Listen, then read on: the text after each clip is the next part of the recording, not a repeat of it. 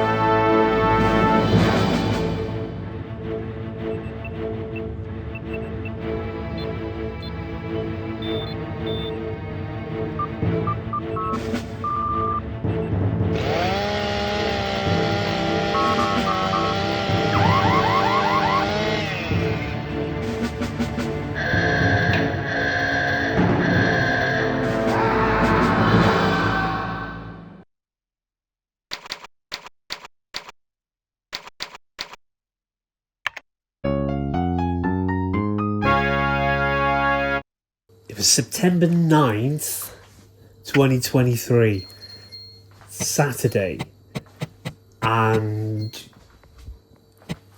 I don't normally work on Saturdays.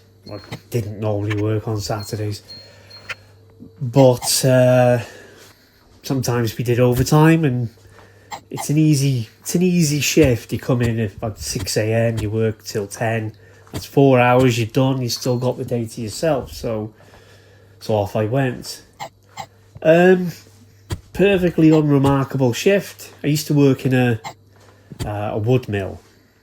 Various duties, cutting up wood, preparing for assembly, all boring little things. But I enjoyed the job because it was so easy. I could switch off mentally from doing it, which meant that I could put my little earbuds in and listen to audio books and podcasts and such like, and I could spend all day just doing that. It's not a bad way to earn a living at all. That's what that was, a typical, like I say, typical shift. And in fact, Saturdays overtime is even easier because there aren't so many people in and you're not working so hard. I finished 10 o'clock and then I come home, and then we went out, the wife and I, do a bit of shopping. Like a lot of people who live in this country, shopping is a pastime. Shouldn't be really. Spending money, but there it is. And we went to a Polish shop. A lot of those cropped up in Britain in recent years. They sell all sorts of things from Eastern Europe, including the beer, which I like. So I bought myself some beer for later in the evening. The idea was that Saturdays I'd unwind, a few beers, play video games, maybe friends over, maybe not. However, please keep your jams to yourself. So then we come home, and the time of this had been now maybe 2 o'clock. 2 o'clock in the afternoon, and I thought, well, I've been up since 5 a.m. If I'm going to stay up in the evening, I'll need a nap. I'm at that age now. I need naps if I'm going to go the distance. So I went upstairs and I lie down on the bed. As usual, though, I didn't actually get around to the nap. I just sat there scrolling on my phone. And then I got a terrible, and I mean really bad, headache. And right at the top, well, it felt like right at the top of my head. And it was like an ice cream headache. You eat ice or ice cream too quickly, you get that terrible headache. Just like that. Now, I've had these quick, sharp headaches once in a blue moon before, and they go, like ice cream headache goes. But this one wasn't going. And I sat up. I didn't feel well. I felt a bit beforehand. I thought I was just tired. No, I didn't feel well. And my son, teenager, was there. I told him, I've got a terrible headache. This isn't going anywhere. And he said, I'll get you some paracetamol or something. And off he went. But this kept going, this headache, and I didn't know what to do. And usually when I feel ill and I don't know what to do about it, I think, maybe I need to throw up and I'll be all right. So I went to get off the bed to go to the bathroom to be sick, but suddenly I couldn't walk. My legs were jelly. I had no balance. I flopped off the bed, crawled along the floor to the bathroom, and I think I was sick, but I think that was out of habit as much as anything else. I think by this point I was becoming semi-conscious. Wasn't thinking too straight. My wife wasn't there. You see, after we'd gone shopping, she went to a friend's house. Go there for the afternoon, and I was in trouble. I needed an adult there. I mean, thank God my son was there, but I needed her there. So he called her. She come home and found me lying on the floor in the bathroom. Now, looking at it now, fully consciously and in retrospect, my behaviour at this point, because I'd lost, by the time she came home, I'd lost the power of speech, really. I was slurring and I couldn't really say anything. Patient message, credit cards required. And I was doing that thing called spasticity. Where you sort of kick your legs and thrash about. These things are all telltale signs of a brain hemorrhage or a stroke or something along those lines.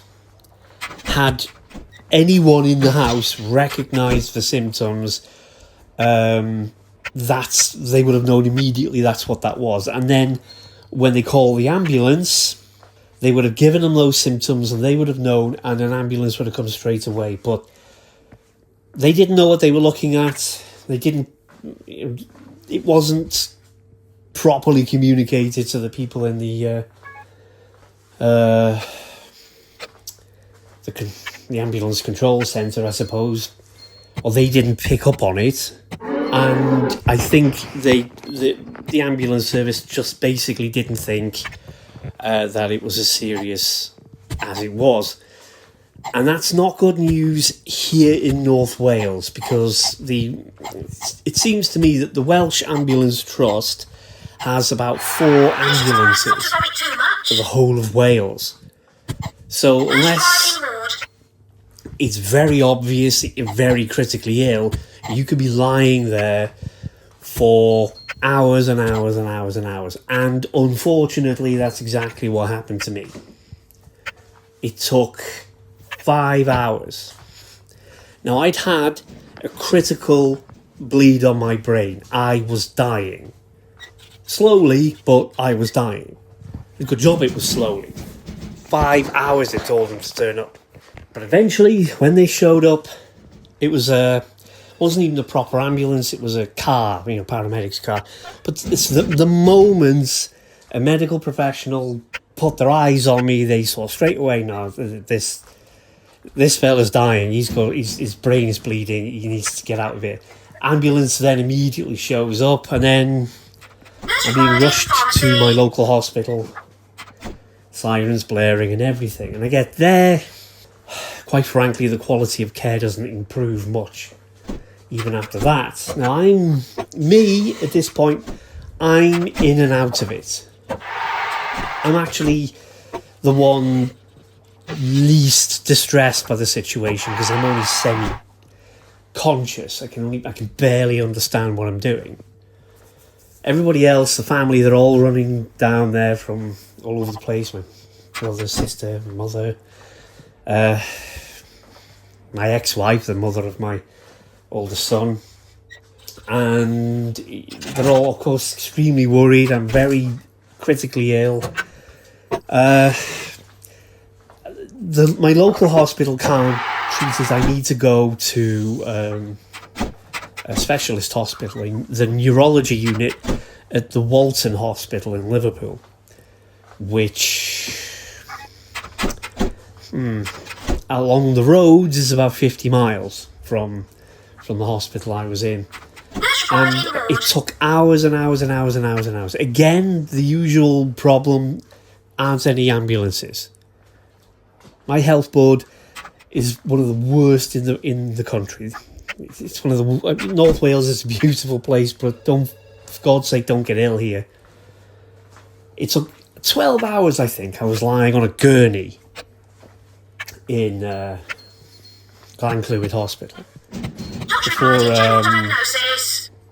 I eventually was bundled into an ambulance and taken to Walton. I have no memory of that journey. No memory of it at all. And I only have the dimmest recollections of when I went there, because like I said, I was completely out of it, and it was getting worse with every hour that passed, and many hours were allowed to pass. One clear memory I have of the night I arrived, they put me in an MRI scanner, and you've got to be still, perfectly still in those things to get a proper picture of the brain. But of course, I'm semi-conscious, I'm not in full control of my body, I'm moving around a bit, and I remember them telling me off, the nurse shouting, don't move. Of course, I didn't know what I was doing. And one thing, incidentally, I noticed, both from my own behaviour and others I saw in the ward while I was there, you are not yourself when this stuff happens to you. You are not yourself. People behaving, having lost all sense of who they are and their humanity almost. Not permanently, but at least, well, for some permanently, but not for others. But yeah, you are not yourself. You cannot be reasoned with or talked to in those circumstances. The next thing I remember after that was waking up on a ward, pipes sticking out of me everywhere, big, half my hair shaved off, big scar. What's the word? A shunt in my head to drain all the brain juice out.